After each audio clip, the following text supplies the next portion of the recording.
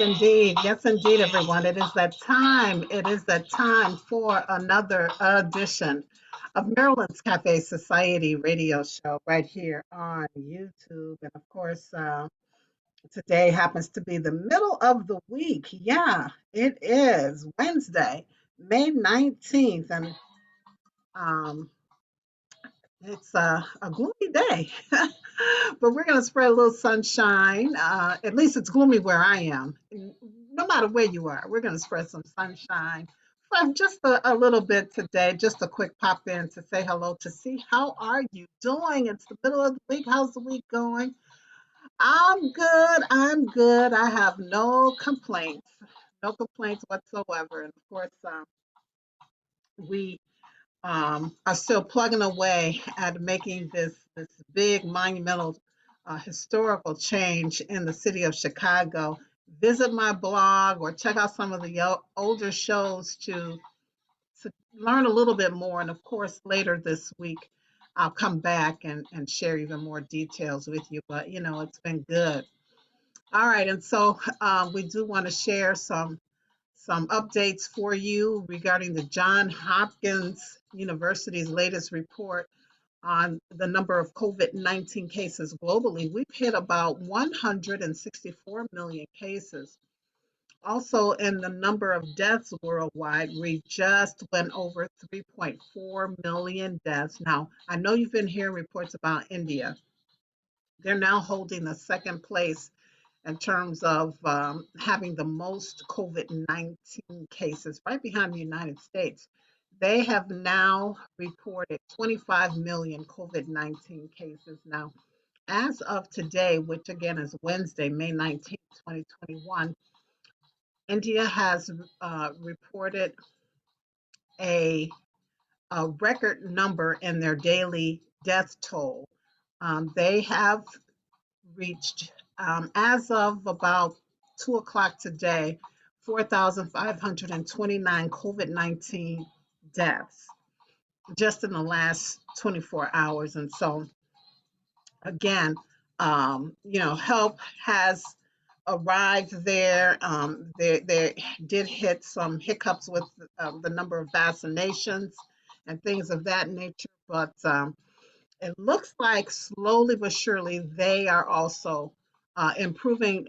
Aside from the record that they broke today with the daily death toll, but even with that number, they're saying that number of cases and things like that are declining.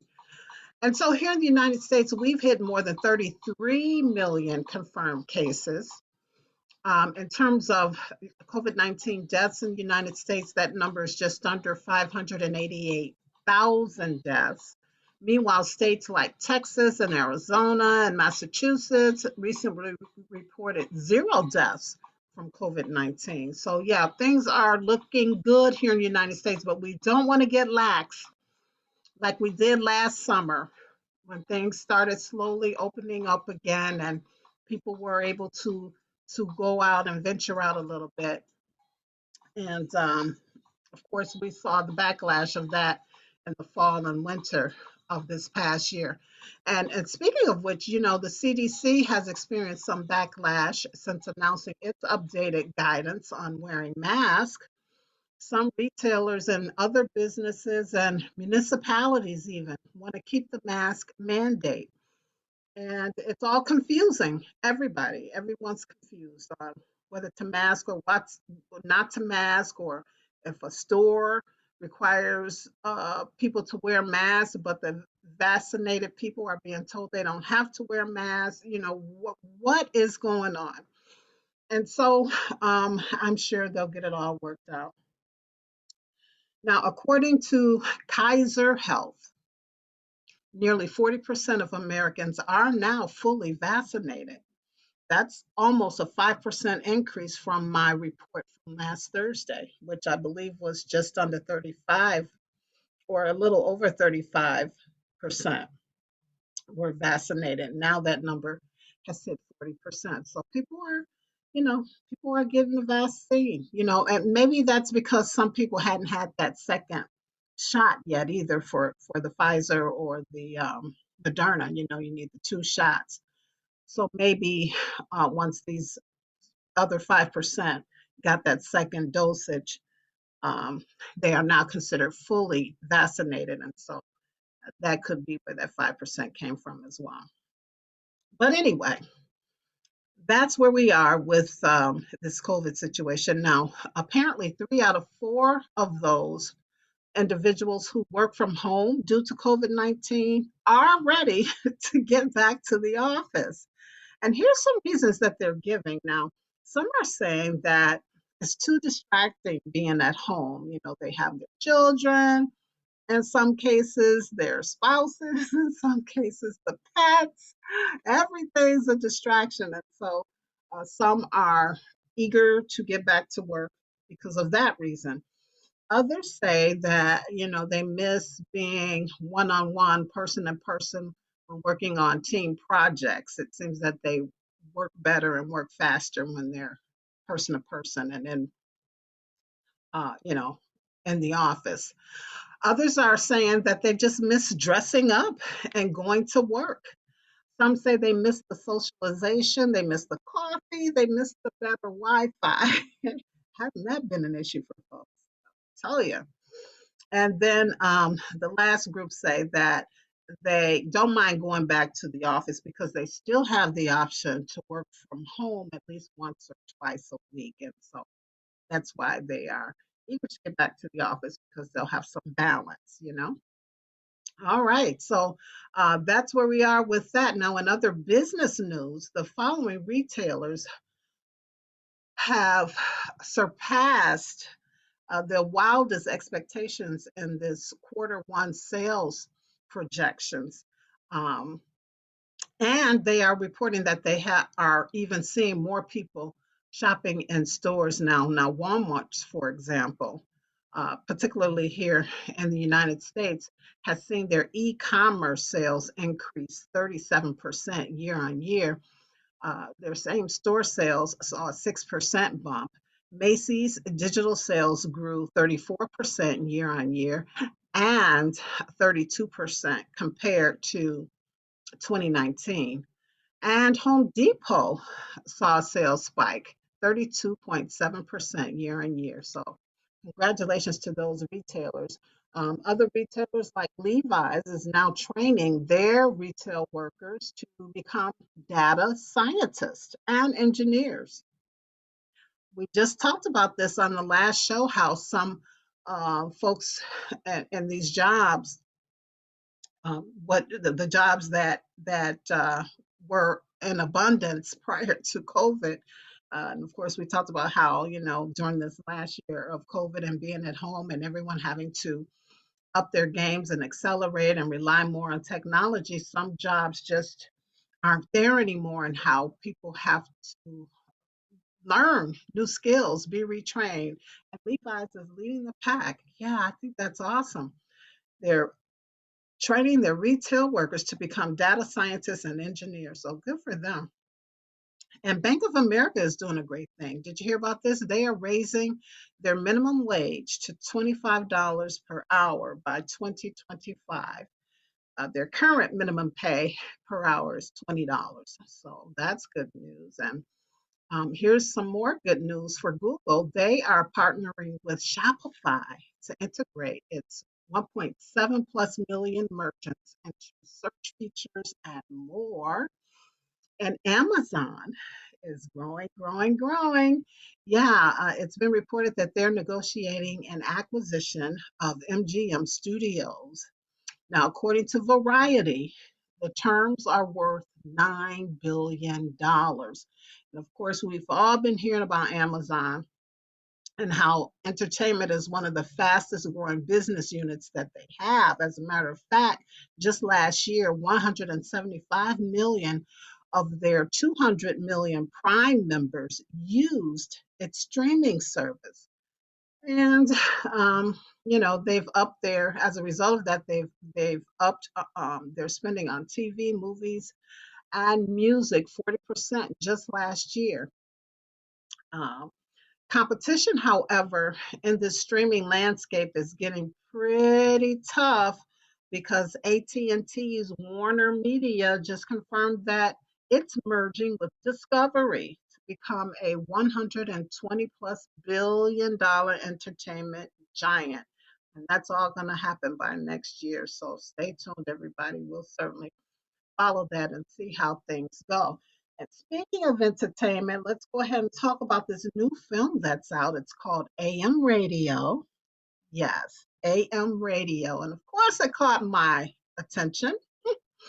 Many of you do already know why, because my first radio job was at an AM radio station. As a matter of fact, my only radio jobs have been at AM radio stations. And so I felt something special, when I heard and saw the title of this movie. Now, just to kind of give you a brief synopsis of the movie, it centers on a radio personality whose name is DJ Chaz, or let me not mix all the letters together and say it correctly. The radio personality's name is DJ Taz, and of course, Omar Gooding plays this character.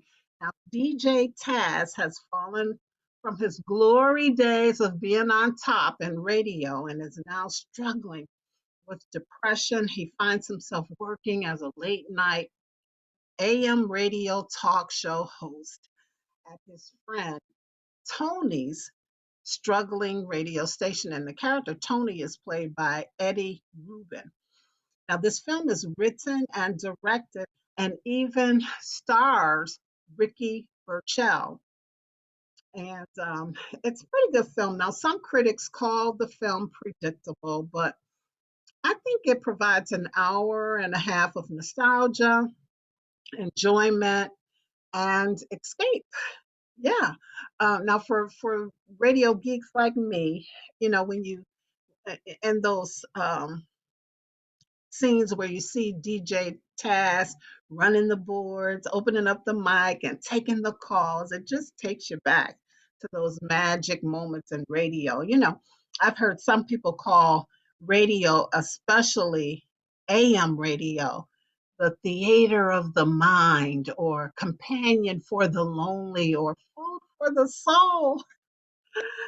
I know some people just don't get it. It's a calling. It's a calling. It's a calling. But anyway, you can look for AM radio at a theater near you. They are out now. The movie is out now. So just Google it, and I'm sure you'll see where you can catch it. And again, it's a quick viewing, just 1 hour, 1.5 hours, but still pretty good. Pretty good.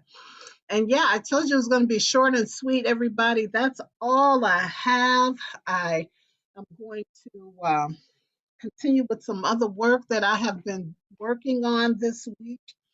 And I promise to pop back in the next couple of days. Also, yeah, I got to finish up the blog. So look for the blog by tomorrow sometime. I should have the blog posted, if not tonight, definitely by tomorrow sometime. So look for that as well. All right. All right. So, just a quick reminder of our word for the month, which is irrefragable. And again, it means not able to be refuted or disproved. Indisputable. All right. All right. And just a flashback, last month in April, our word was caste. And that's a system of dividing groups of people or society by hereditary, social, or privileged classes. In March, paladin was our word, which means advocate, defender, or hero of a noble cause. And in February, it was quiddity. Remember quiddity, which is the inherent nature, distinctive feature, or essence of someone or something. And we kicked the year off with the word janissary. I picked it because it sounded like January, but janissary means dedicated or devoted follower or supporter. And there you have it. And here we are in the month of May. Can you believe that? All right. And again, it's irrefragable, irrefragable, not able to be refuted or disproved, and disputable. Okay.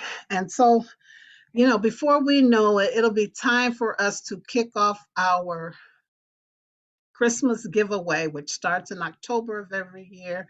I'm always on the search for businesses, services, products to include in the Christmas giveaway.